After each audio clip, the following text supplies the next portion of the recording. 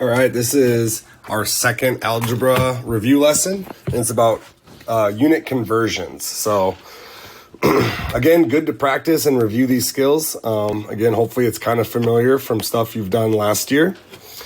And again, why we do this is, again, you sometimes measure something in like a certain unit, but to make it applicable, you need to talk about it in a different unit. So for example, let's take a look. Let's say that I want to turn 30 months into X amount of years, okay? I don't know how many years 30 months is. I do this, a lot of times people say this with babies. My baby is 18 months, or my baby is 14 months, or 22 months. And I have no clue how old that actually is. So in order for me to think about this one, I need to know how many months are there in a year, okay? So again, there are 12 months in 1 year. Oops. So I'm going to say, hey, that's only a one-step process. I can go from months to years in one step. So again, what I'm going to do is I'm going to think about it as I have 30 months, and I'm going to think about this as a fraction. So if I have 30 months on top, I want you to think, what is the only number we can divide something by and get the exact same answer? Hopefully you got 1. 30 months over 1. And I'm going to multiply this. Now again, I don't want to change the problem. I don't want to mess with the information. I want things to be equivalent. So, good thing we know that we can write an equivalent fraction between months and year.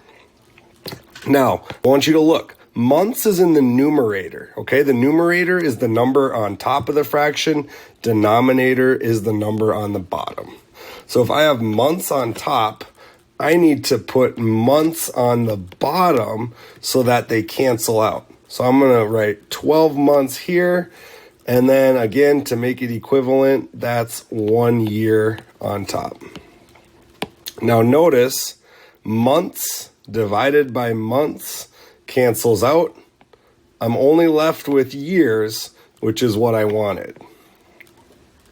So I'm going to do 30 multiplied by 1 on the top and 1 times 12 on the bottom. That gives me 30 over 12.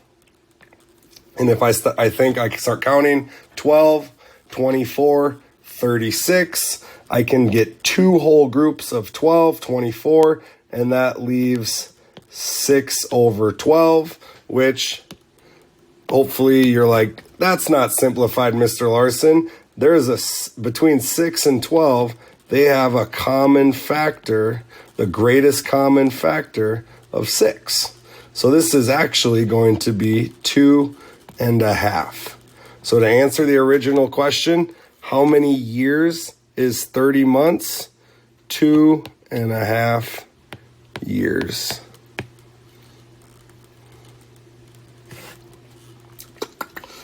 All right, let's see here. One other one we can do. Let's try 48 inches to feet. Okay, so I'm going to say 48 inches. And I want to turn it into X amount of feet. I don't know how many feet that is. There, we'll color it in.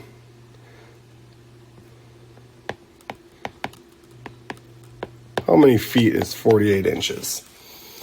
Well, let's see here. Did we have a conversion on this one? It looks like right here I can see 12 inches is equal to 1 foot. Okay? So 12 inches is equal to 1 foot. So I can take 48 inches on the top, 12,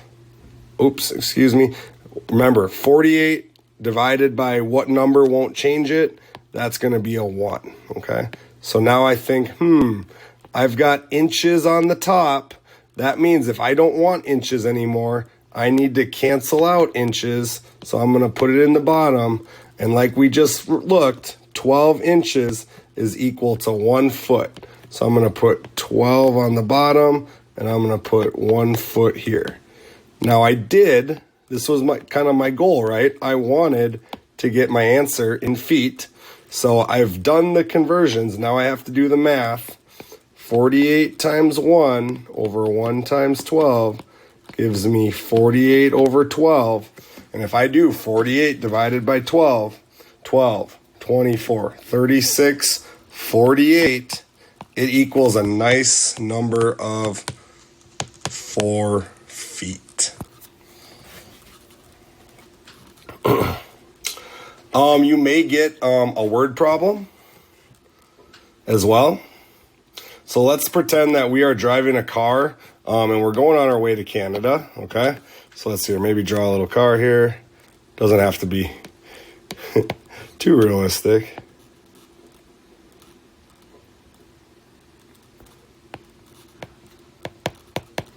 That's Mr. Larson's best attempt at a car. Maybe put a window in there, a door.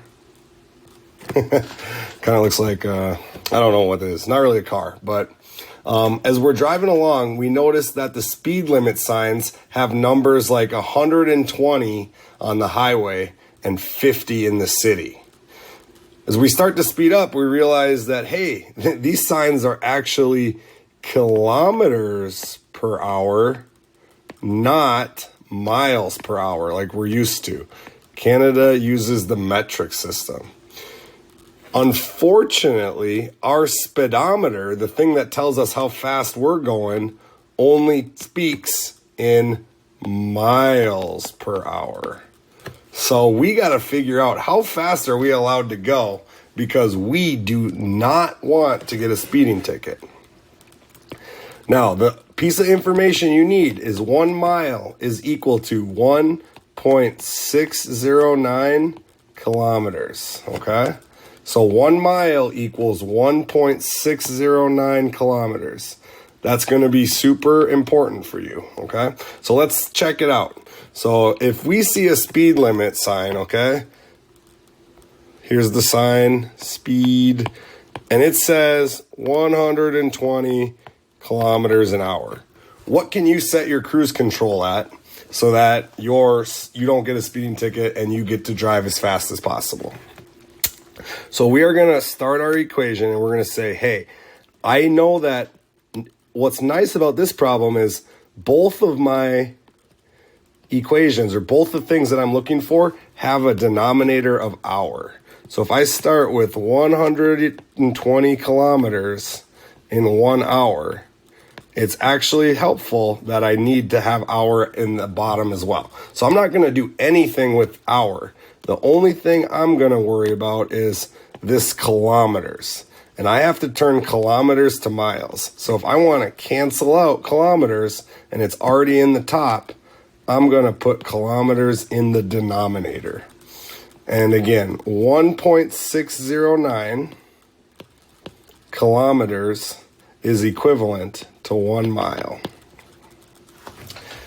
So let's take a look here. I have 120 times 1 on the top, and I have 1 times 1.609 on the bottom.